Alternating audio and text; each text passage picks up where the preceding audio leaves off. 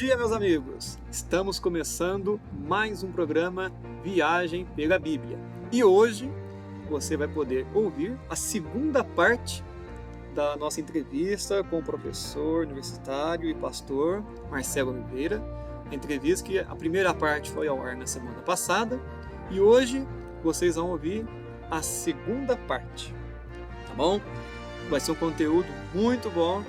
Continuando, a nossa viagem aí sobre esse tema de a veracidade da Bíblia. Posso acreditar na Bíblia ou não posso?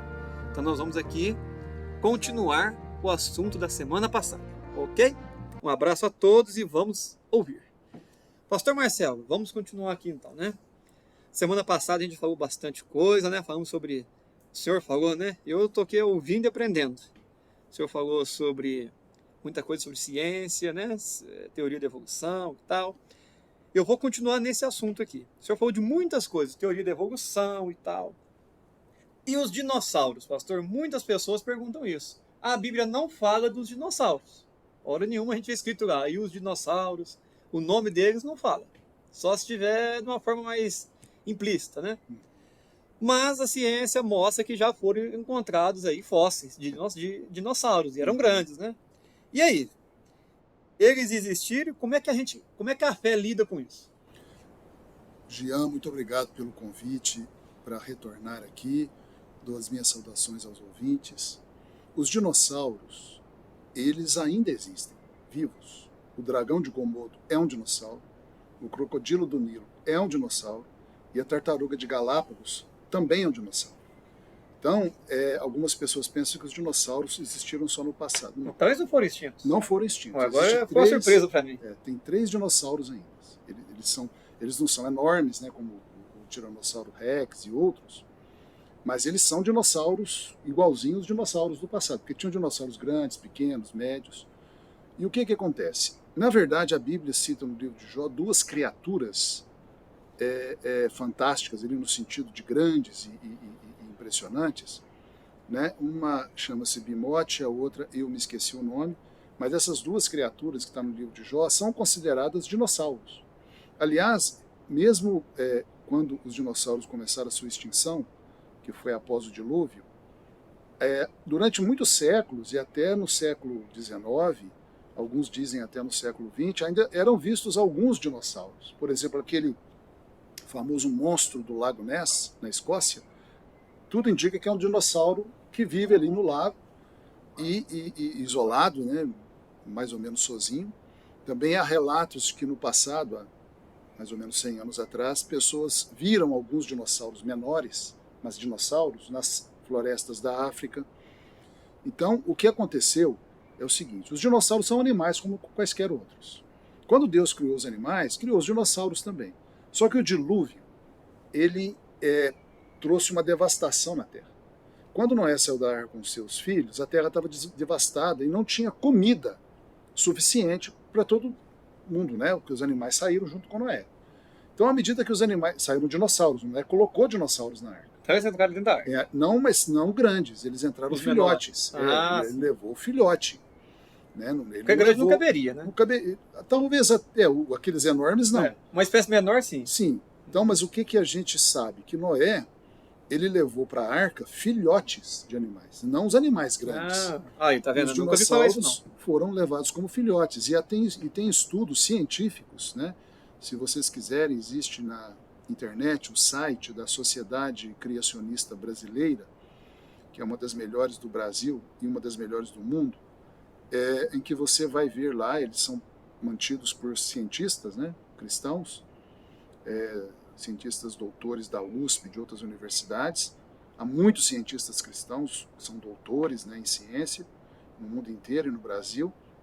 Eles explicam tudo isso. Tem uma revista chamada Revista Criacionista, onde você vai encontrar estudos científicos de tudo isso.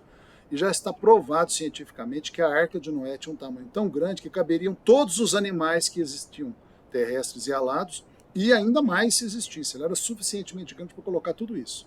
Os animais provavelmente hibernaram naquele ano que ficou lá dentro. E quando os dinossauros saíram, eles precisavam comer muito, porque eles eram animais que muitos deles cresciam muito. O que acontecia? Eles morreram de fome, porque não tinha comida suficiente. E os que conseguiram sobreviver, como tinham muita carne, quase todos eles eram herbívoros, eles eram caçados pelos animais carnívoros. Então eles foram extintos, talvez até o próprio homem, o ser humano, caçava dinossauro para comer carne. Sim. Então eles foram extintos, não foi por meteoro que caiu na Terra, nada disso, foram extintos pela luta pela sobrevivência. Então a existência dos dinossauros é completamente compatível com a Bíblia. Tá, e uma pergunta agora que me deu uma dúvida. E essas espécies que ainda existem hoje, se aqueles morreram, de onde que eles vieram? Esses são pequenos. Né? Por que a tartaruga de Galápagos sobreviveu? Porque ela é pequena, não precisa comer tanto assim. É a mesma coisa, o dragão de Komodo também é pequeno, né? É um lagarto relativamente pequeno, e também o crocodilo do Nilo. Na verdade, todos os jacarés e crocodilos vieram dos dinossauros. Só que as características do crocodilo do Nilo fazem com que ele seja mais parecido com os dinossauros do passado. Ok. Bom, então, respondido. E aproveitando, pastor, já que você falou de Arca de Noé, eu quero que o senhor continue um assunto que o senhor começou na semana passada. Pode até falar sobre a Arca de Noé, inclusive. A ciência confirma o que está escrito na Bíblia, igual a Arca de Noé. A Arca de Noé está escrito na Bíblia. Sim. A ciência mostra que, se aconteceu, deixou rastros, né? Deixou provas no mundo aí, né? Que aconteceu. Sim. Aquilo. Arqueologia, etc. Existem provas, o senhor pode trazer algumas, falar para nós aqui de alguma, de fatos que estão escritos na Bíblia, igual a Arca de Noé, por exemplo?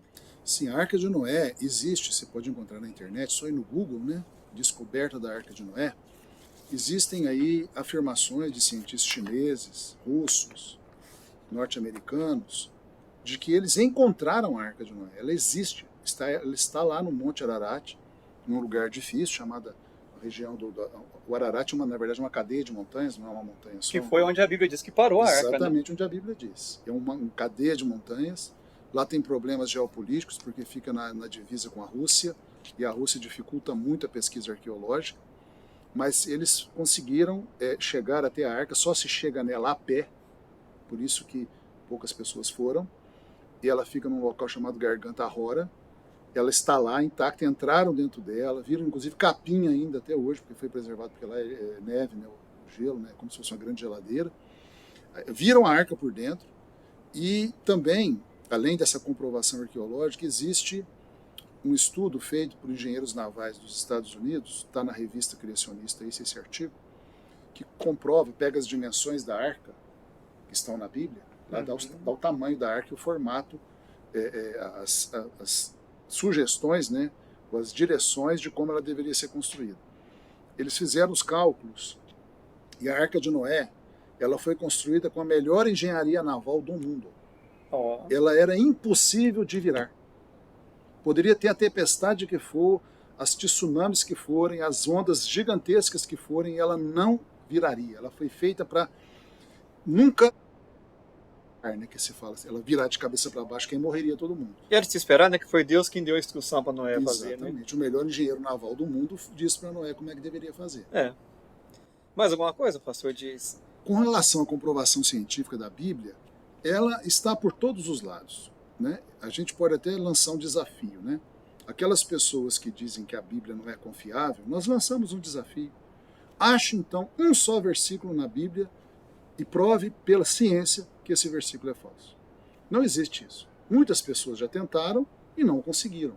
Pelo contrário, sempre que você pega a Bíblia, em algum momento a ciência confirma. Existe, por exemplo, uma afirmação no livro de Gênesis que algumas pessoas diziam que era errada.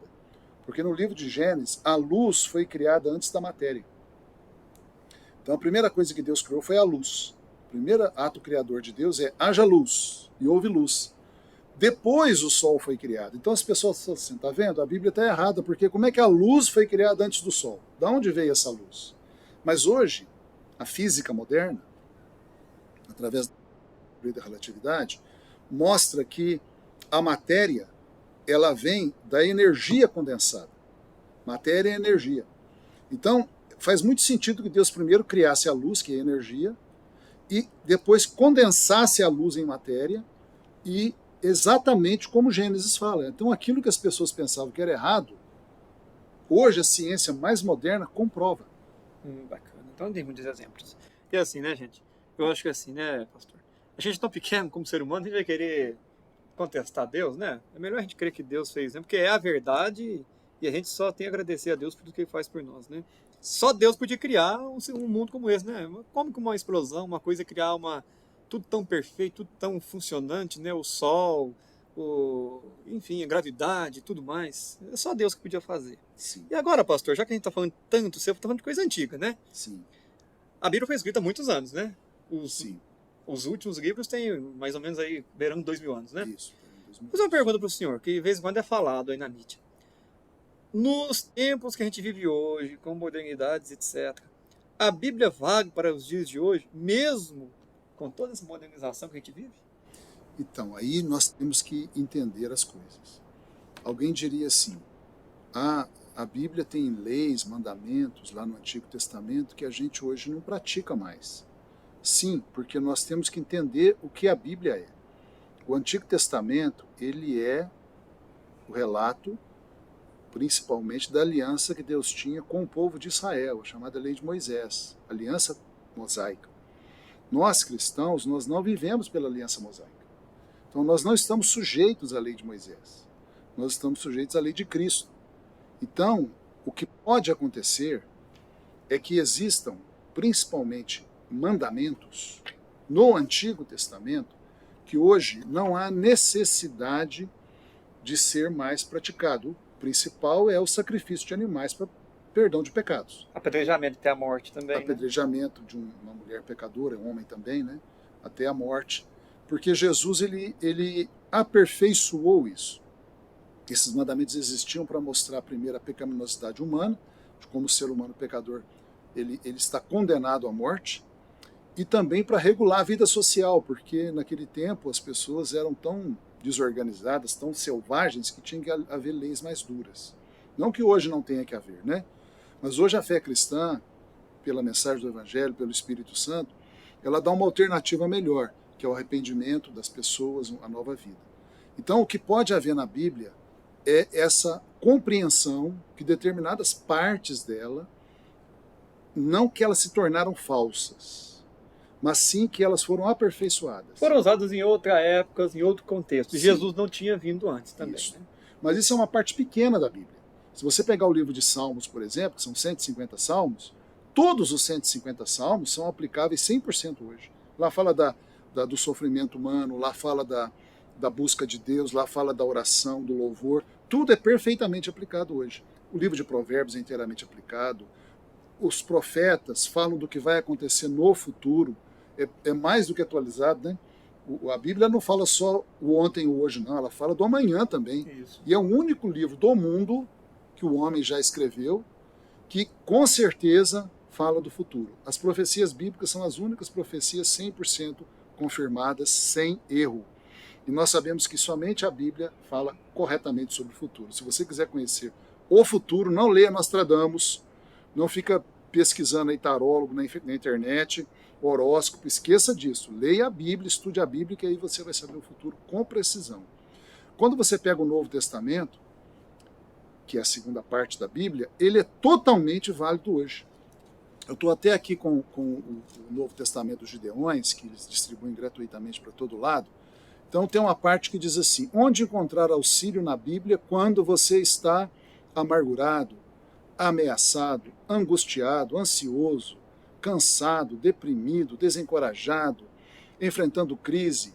Ou seja, super atual, né? Super atual. Ela fala da realidade da vida hoje e é a única literatura que nos dá o verdadeiro conforto. Eu digo mais, Jean, com relação a você ler a Bíblia. Se você tem dúvida que a Bíblia é atual, leia a Bíblia. Você vai ficar maravilhado. Existiu no passado várias pessoas que queriam dizer que a Bíblia era falsa. Então, existiu muitas, vou citar apenas um. É um francês chamado Ernest Renan, desculpe. Ele era ateu, vamos dizer assim, mas era um ateu sincero, honesto. Ele falou assim: eu vou provar que Jesus não existiu, é uma farsa, é uma lenda. O que ele fez? Ele abriu os evangelhos e começou a ler os evangelhos, para mostrar que os evangelhos tinham erro, contradição, que Jesus era um cara que falava uma coisa e depois desfalava, que havia o próprio texto dos evangelhos mostrava que Jesus era uma farsa. Ou seja, ele foi honesto. Em vez de ficar falando contra a Bíblia, sem ler a Bíblia, ele foi ler a Bíblia para falar daquilo que ele estava conhecendo, que é o que a gente deve fazer. Se alguém fala que a Bíblia é falsa, ele tem que ler a Bíblia e mostrar onde ela é falsa. Muita gente fala que a Bíblia é falsa, mas não mostra onde é falsa. Onde é falsa? Onde você está lendo isso? O que ele fez? Na hora que ele começou a ler a Bíblia, ele se converteu a Jesus. Ah, que benção. Então, pastor, a Bíblia é inerrante, ou seja, não tem erro e é atual sempre. Sempre. Pastor Marcelo, nosso tempo já vai chegando ao fim, mas não acabou não, tá, gente? E eu queria pedir agora para o senhor encerrar da maneira que o senhor quiser a sua participação aqui, tá? Fique à vontade, o programa é seu. Muito obrigado. Eu digo assim para você, que está aí, né, com algumas dúvidas, leia a Bíblia. Nada se compara a você ter o contato com a Bíblia. Não seja como aquelas pessoas que ficam falando mal da Bíblia por ouvir falar de outros. Tem pessoas que ouvem alguém falar, a Bíblia não é confiável, a Bíblia tem que ser atualizada, a Bíblia perdeu o valor, mas não lê a Bíblia. A Bíblia tem que ser lida. Você deve ter o seu próprio contato, a sua própria experiência. Não fique andando na conversa dos outros, né? O famoso Maria vai com as outras. Pesquise você mesmo. Então, alguém diz, a Bíblia não é boa. Eu sugiro a você, leia o livro de Salmos. Você vai ficar maravilhado. Leia Provérbios, leia os Evangelhos. Leia lá sobre Jesus nos 4 Evangelhos. Você vai ficar maravilhado. Muitas e muitas pessoas tiveram essa experiência. Buscando até mesmo desprovar a Bíblia, mostrar que ela é falsa. Ao lê-la, eles ficaram maravilhados de ver o consolo, a força para viver, a alegria no coração, a fé, a salvação que existe na Bíblia. Então, essa é a minha palavra final. Não seja um crítico da Bíblia, sem ler a Bíblia. Se você ler a Bíblia, você vai mudar totalmente de opinião e mais, vai mudar de vida. Opa, amém, né? Ok. Pastor Marcelo, então a gente está chegando aqui, né, ao final do nosso programa de hoje. Eu só tenho que agradecer ao senhor, né, pela participação. O senhor falou tanta coisa aqui que eu acho que vamos ter que ir para frente, de um tema mais difícil, chamar o senhor de novo aqui, viu? O pessoal vai gostar. Com todo prazer. Tenho certeza que os ouvintes vão gostar. Inclusive, eu vou deixar aqui, viu? Se você quiser enviar um comentário, até alguma crítica ou elogio, né? Pode estar enviando para o Kaique aí, que ele sempre passa para a gente, né? O Kaique é amigo da gente, tá bom? Pastor Marcelo, então, muito obrigado pela sua participação. A gente fica muito feliz, muito contente pela sua participação aqui no nosso programa. Você viu que é um programa simples, mas a gente leva aqui a verdade, né? É um tempo que a gente tem na nossa sexta-feira para entrar aqui na rádio MIC FM e levar a palavra de Deus aos moradores de Nova Diadema e demais aí que assistem pela internet, né? Então, muito obrigado, viu? Sou eu quem agradeço, meu irmão Jean, e ao Kaique também, que eu não conheço, mas agradeço também a oportunidade. Isso aí. Então, um abraço a todos os ouvintes, obrigado pela audiência. Um abraço, Kaique, e continue com o programa do Kaique. A semana que vem a gente está de volta. Um abraço, gente. Tchau, tchau. Obrigado, pastor. Eu que agradeço.